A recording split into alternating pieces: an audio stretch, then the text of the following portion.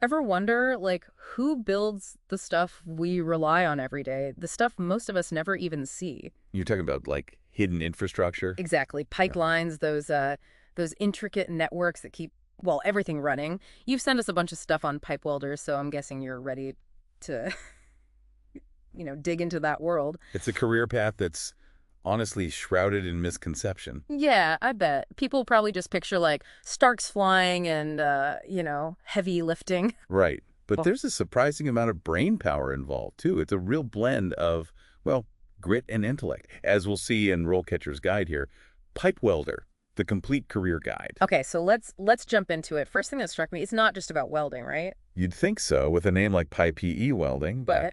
But you're also dealing with blueprints, hydraulics, all that. It's a whole skill set. Absolutely. Hmm. And using that knowledge in some pretty high-pressure situations. We're talking real-world problem solving Yeah. on the fly. And speaking of pressure, the guide doesn't shy away from the tough parts of the job, either long hours, sometimes you're working with dangerous materials, even the seasonal nature of some gigs. And that's part of what makes it interesting, right? How so? Well, those factors often mean high demand for those skills. Wow. Job security is a big deal these days. For sure. And another thing that surprised me, how much variety there is within the field. Oh, totally. One day you could be on a massive construction site, the next you're in a factory, maybe even working with like cutting edge materials. This isn't your grandpa's welding torch anymore. Well, Yeah. sometimes it is, but Huh. But the tech is evolving so fast. New materials, monitoring systems. It seems like you got to be constantly learning in this field. lifelong learning is essential. Absolutely. So we've established that pipe welding, it's not just about, brute strength. There's a lot of brain power involved, wouldn't you say? Absolutely. And that really comes into play as you climb the career ladder. The RoleCatcher Guide lays out a clear progression from entry level all the way up. And it seems like even at the very beginning, you can stand out by, like, showing initiative. Exactly. It's all about absorbing knowledge. At the entry level, you're assisting, observing, learning the ropes. But, somebody who takes the initiative to get certified early on, that shows they're serious. Makes sense. Proves you're invested in the craft. Right. And then you move up, junior welder, then experienced welder. That's where it gets really interesting. You're making decisions on your own, troubleshooting problems. You're the one on the spot. And here's something cool. Mentoring becomes a big part of the job at that level. Mentoring. Okay, that's interesting. Yeah, it highlights the importance of passing on knowledge, making sure the next generation's up to speed. Right, because this isn't like factory work where you just do the same thing every day. This is skilled labor. You need that experience. Totally. And this blew my mind. Remember that list of core abilities in the guide? Obviously, welding skills are huge, 77% importance. But right behind it, critical thinking at 50%. Wow, 50%. That's way more than I would have guessed. It just goes to show a good pipe welder is also a problem solver. You're not just working with your hands, you're using your head. And probably working with other people too, right? Like, it's got to be a team effort on those big pipeline projects. Well, 100%. The guide specifically calls out collaboration as a key skill. It's not just about the metal, it's the people skills too. Which makes sense because if you can't communicate effectively, that could lead to some pretty big problems down the line, literally. Exactly. And speaking of things that could be a problem, let's talk about the interview process. Because some of those questions they throw at you are designed to make you think. Yeah, no kidding. One wrong weld could mean, like, disaster. Exactly.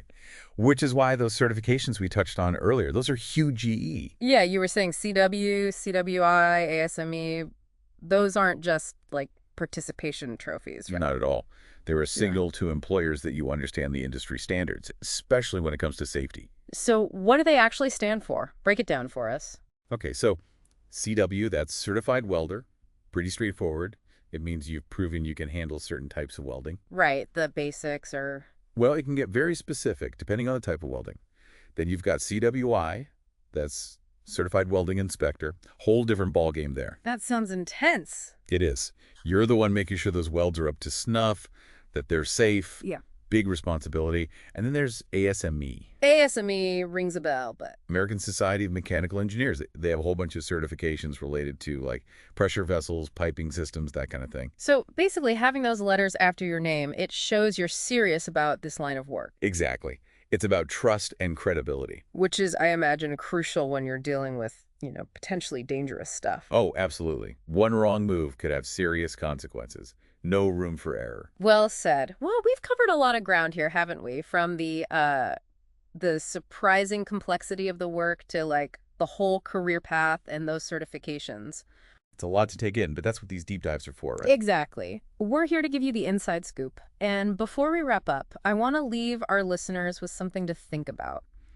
We talked a lot about how technology is changing in this field, new materials, new techniques. It's constantly evolving. Right. So the question is, if you're just starting out in this field, what's the best approach?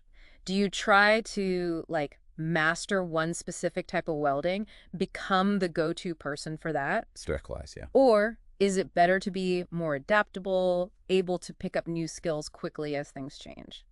That's the million-dollar question. Yeah. And I don't think there's a right or wrong answer. It probably depends on your personality, your goals. And probably what part of the country you're in, what the demand is like. For sure.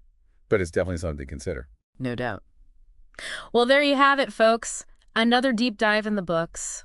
We've explored the ins and outs of pipe welding, from the technical skills to the importance of critical thinking and teamwork. Hopefully you've come away with a new appreciation for the folks who keep those pipelines flowing. Until next time. See you then.